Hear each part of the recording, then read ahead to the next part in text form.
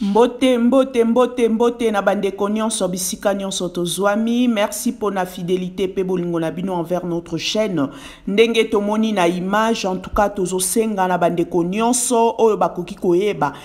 un avocat ou une personne oyo ko aider to ko apporter un soutien na ndeko na biso lité ya kanda par rapport ya procédure na ye. Ndenge toyebi biso nyonso ndeko na biso depuis akoma na territoire belge ti le badlelo batikala ko libérer été et la dernière décision au Belgique ezwaki ezalaki ko refouler vers la RDC et arrivé na RDC ba autorité ya immigration na aéroport ya Njili ba boyaki ko kotisa lité ya kanda na territoire congolais ba yebisi Belgique non, ce monsieur est là comme côté prouver qu'il est réellement congolais. Alors il faut azonga et panabino bo bandela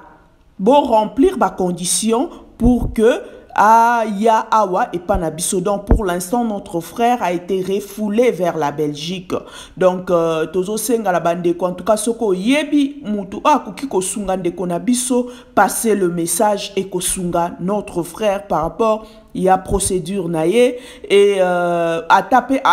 attention à cause de l'avocat n'a été mais avec son conseil, son orientation par rapport à dossier oyopo à sala ndenge po à s'en sortir en tout cas ekosala malamu mingi ndenge to ebi biso nyonso refoulement et sala maka na respect ya ba principe na respect ya ba texte oeza ko accord oeza entre les deux états. Ba état ba coopération ba salaka entre ba pays ba coopération bilatérale il faut la respecter et ce qui ba condition non soit respecter en tout cas ba ko kotsa mutu na avion te po bazongisa ye et notre frère Lité Akanda a tombé na kawana ba certains principes certaines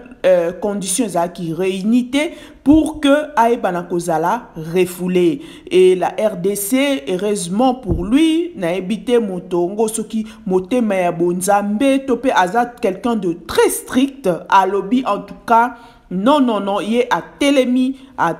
tali dossier à lobby non il y a eu violation et il faut azonga ba rebander la dossier ba rebander la papier pour que azala refoulé vers la RDC et nous croyons pendant ces temps-là de bazongisi binomoko bisomoko toyebi comment ba administration ndenge benda ka moi temps il faut ba recontacter encore l'ambassade de la RDC. En tout cas pendant ces temps-là notre frère s'il y a suivi moko bien avocat moko bien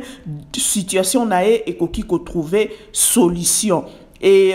accord entre ba pays toyebi bien ndenge ezalaka pour ceux qui toko se rappeler il y a 3 ou 4 ans avion moko eutaka États-Unis avec nos frères congolais na kati bakangaka bango maboko makolo bazongaka na ba condition moko vraiment inhumain et c'est le ministre ya droits humains à l'époque akendaka même tina aéroport Anjili akotaka même na kati avion moni ba condition ndenge ba refulaka bandeko na biso en tout cas avion wana ezongaka États-Unis bandeko na biso bakitisaka bango te ba yebisaka États-Unis a respecter droit de l'homme pour bakoki ko refouler batu na ba condition wana.